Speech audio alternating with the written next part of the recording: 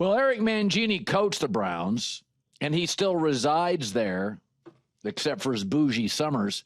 And he is joining us now live, Eric Mangini.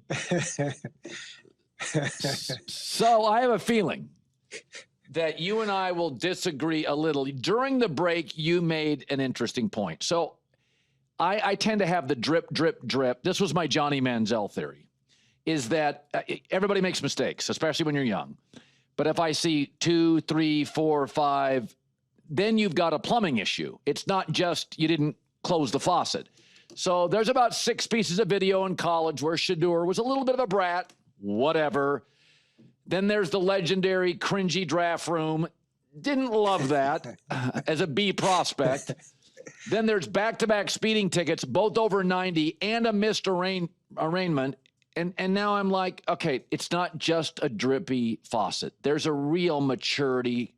Again, if he was a receiver, I don't think I'd care. So you want to defend him a little bit. I thought this was an interesting take. Yeah, I thought it was really interesting that you said you were out because of the speeding tickets. To me, that's such a minor thing. You were so high on him in terms of his completion percentage in OTAs, and I thought that was a little aggressive on your part. But with the speeding tickets, I got a speeding ticket the first night of the draft, my first year there. I thought maybe I'd get the benefit of the doubt, but they gave it to me anyways. So they're pretty aggressive with the way they patrol the highways in Ohio. And this is, in fairness to Shadur, this is the first time he's been outside of his dad's overview of his dad's house. I mean, I think he was his high school coach, and then he was his college coach. And this is like any kid who's away from home for the first time. Yeah, there's going to be a couple hiccups here and there. And do you want back-to-back speeding tickets? No. The missed arraignment, I would imagine his lawyer was supposed to take care of that. Typically with speeding tickets, you can sign something and get that handled. I don't love it. I don't love it from a 5th-round draft pick. I don't love that it happened multiple times. But I do think that this is the first time he's been away from his dad. And, there's going to be some growing pains. Now, would I sell my stock on it like you are? Not because of a couple speeding tickets, especially in light of the problems that Brown's quarterback room has had to deal with legally in the last few years. I mean, this is nothing. This is nothing.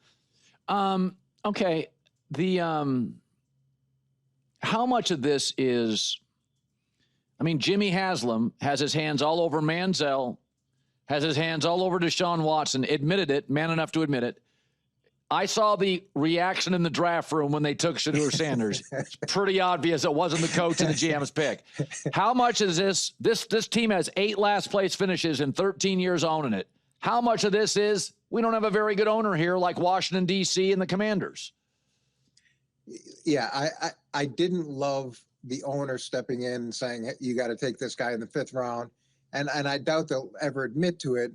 But taking Shedeur Sanders in the 5th round, it's a lottery ticket.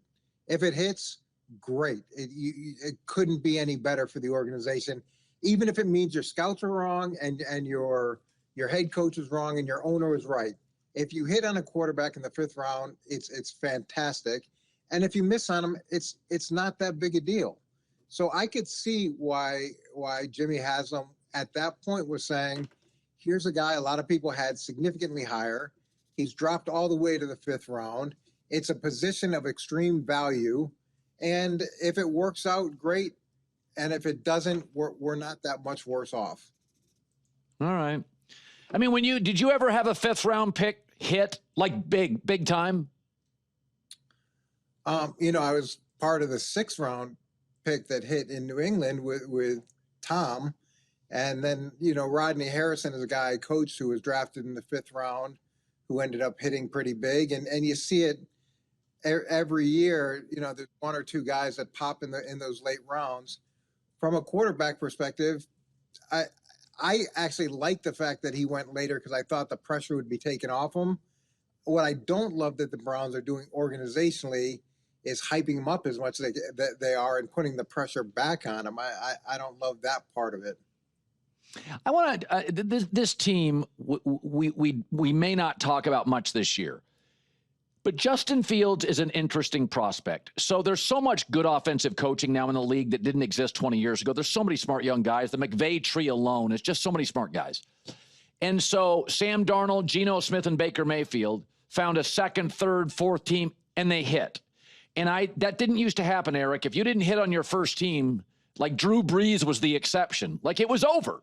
Yep. But the offensive coaching now is so good that you can find the Liam Cohen, or you can find somebody, and they take Sam Darnold, Kevin O'Connell, and turn him into a star. So Justin Fields is fascinating. Justin Fields goes from defensive culture Chicago to defensive culture Pittsburgh. Now it's defensive culture coach Jets. So I don't have high aspirations for him. But I will say that his numbers in Pittsburgh, if you extrapolate him out over a season, were like B++, that he was actually pretty good. Where are you in this new NFL where, yeah, guys hit a third team and they often have a Darnold season or a Baker season? Yeah, it's very easy for us to bury guys, especially high draft picks, if they're not successful right away. You know, everybody wants instant success, and guys develop at different rates. And we saw it with Sam, we saw it with Geno. Ironically, Sam and Geno were both Jets picks that hit somewhere else, and now the Jets are trying to do it with somebody else's first round draft pick. But there is now precedent for it. And Baker had a level of success early, and then had to go through a little bit of a hero's journey to get back to Tampa Bay and do what he did there. And I'm optimistic for Justin from this perspective. Is each year his touchdown to interception ratio has gotten better. Yeah. The amount of sacks that he's taken has gotten better. His completion percentage has gotten better. So those things are positive. And as he becomes more comfortable in pro football, and now the Jets have given him an opportunity to be a starter, they're committed to making that work. It's going to be really interesting to see if he can still trend the way that he's trended over the last 4 years. And there's a real shot it could work out extremely well. And even if it doesn't work out, Colin, he's $20 million a year for 2 years, and really $30 million is guaranteed. He's a fraction of what other starters are getting paid in the league.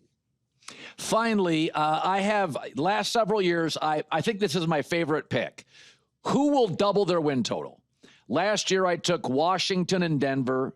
The year before, I think I took the Rams. Everybody thought they were in a rebuild. The year before that, Minnesota. So I'm in a little heater. New England's my pick this year. And first of all, Drake May year 2, $300 million in free agency. I liked how they attacked their lines in the draft. But I also said this. I think they go from a coach that was over his skis a little bit, was probably more of a coordinator, to, I think, a really good coach.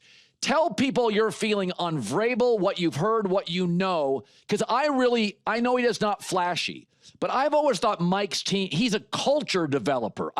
Tell me what you know about him, and do you have hopes for the Patriots this year? Yeah, I thought Mike Vrabel should have been the pick last year. Mike Vrabel is arguably the smartest player that I've ever coached. His recall in the defensive room of things that we had done years earlier was incredible. And it wasn't just his recall of his position. It was his depth of understanding of the entire defense, of situations, of the way that the game was unfolding, the way that the opponent was unfolding. So there's that from a scheme perspective. He's got the legitimacy of being a former player who is extremely successful. He's got the advantage of he's been outside of the New England system. So he got coaching experience at Ohio State. He got coaching experience for the Texans. He got coaching experience in Tennessee. So it's not a first-time head coach. That's a huge asset as well. And he took a year off to kind of reevaluate his approach and take a step back and see what was good and what wasn't good. So I think that's valuable. And I think Josh McDaniels there is underrated. Josh McDaniels, remember, he took Mac Jones and made him into a Pro Bowler his first year. Yes. Everybody forgets about that. Josh McDaniels, you can kill him all you want as a head coach. He is an outstanding coach. and he's an outstanding offensive coordinator, and he's done a great job with young quarterbacks. And we saw it with Mac Jones. So if anything there's to be optimistic in New England, it's the fact that he's back in the fold too, and he's got a really good working relationship with Mike. It's not like they're strangers working together for the first time. All right, undisclosed location. It's great seeing you. You know, you're very positive today. I'm being very negative Nelly on Shadur. You are. I am. I got a little hot, a little cold, so I'm. You know what? Listen, maybe I'll regret it, but I sold my stock yesterday after that second speeding ticket story. I sold my stock. I'm done. You're going to buy a bunch when he throws his first touchdown in preseason. You're going to be like, oh my God, why did I sell? And rush back in and buy a ton. Wouldn't be the first time I've done that. As always, Coach, great seeing you.